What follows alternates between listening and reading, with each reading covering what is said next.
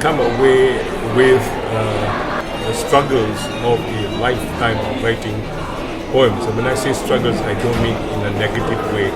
In any struggle to write, there will be hits and misses, and I hope there are more hits and misses. I'm always intrigued when someone like you, for instance, comes along and tells me she likes war. And you're probably the first person to tell me that, but there may be other people who like war and don't tell me. So you never can tell what poems people will like. That's the exciting part. I mocked this wayward slim. This can't be new. And yet it was. The rest had been of a kin. As French, I never reacted towards you, but simply as I found you. Are we akin? An impish laugh on a chameleon face accords with the studied grace of your stroll somehow. In you all my desires coalesce, such as they did in dreams I used to fold with toffee wrappers, dreams born of a glance. Indulgently, I muse again.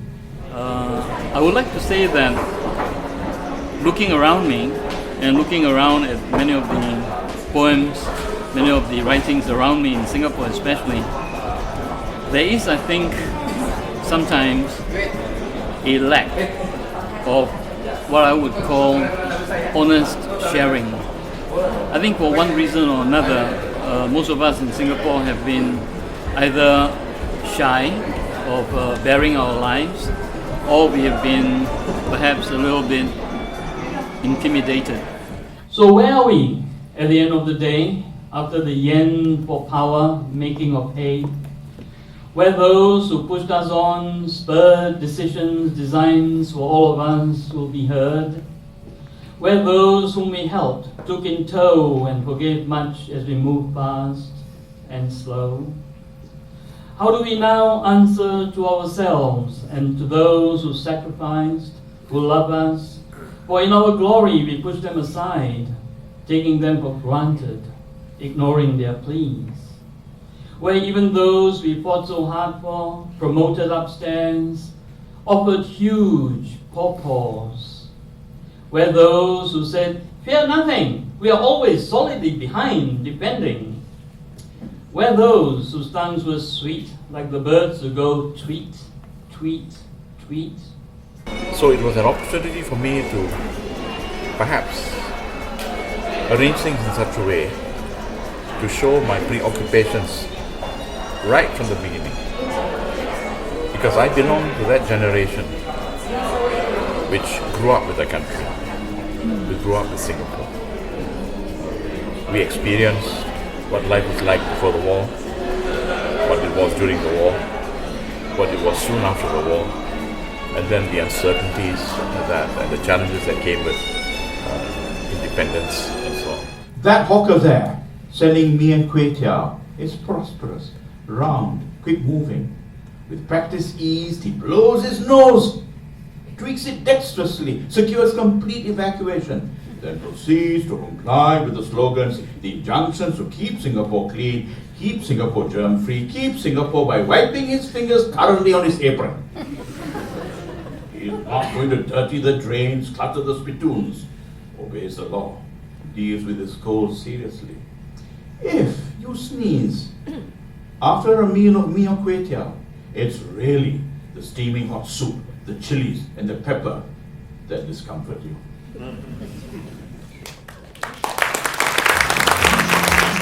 The phrase life's work worries me a little bit because it has a certain obituary flavor.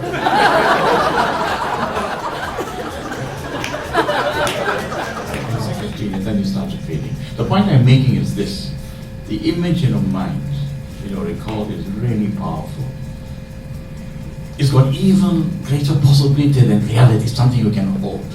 Well, let me put it this way. I was thinking of the best in terms of collected. I do not see it as collected, meaning that's it, that you don't go on writing anymore. I just thought it would be terrific if I could put everything I've written so far conveniently into.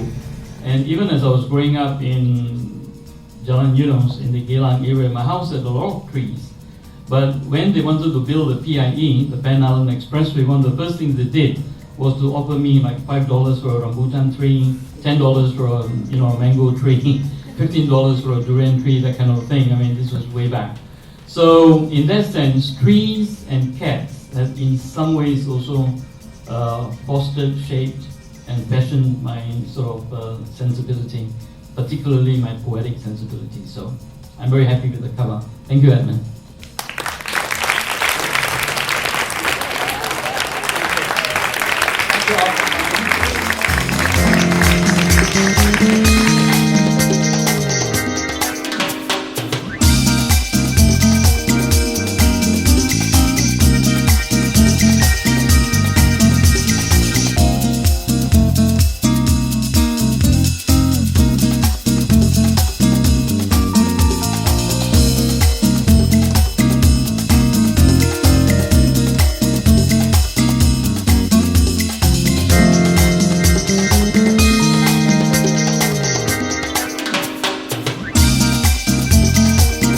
Believe that in order to understand something about the place, one has to understand something about the soul of the people, and I think the only way in which one can get at that is through literature. So I was really excited to come to this, and I did feel certainly as though I had got some sort of, almost a sort of direct connection to the soul of Singapore of a certain generation when I was here. And it started off with a musical performance together with you singing and with the band playing and some of the poems being read.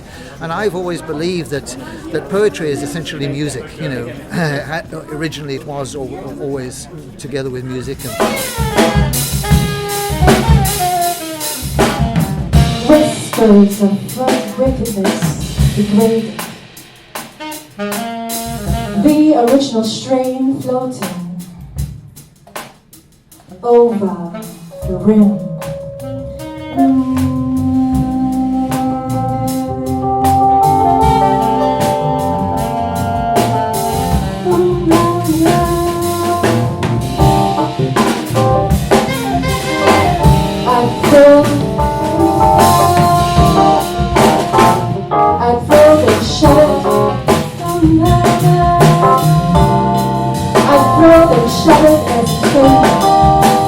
And so, putting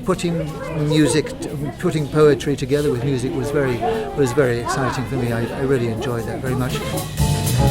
Heaven, I'm in heaven, and my heart is so that I can hardly speak, and I seem to find the happiness I see when we're out together, when we're out together, when we're out together.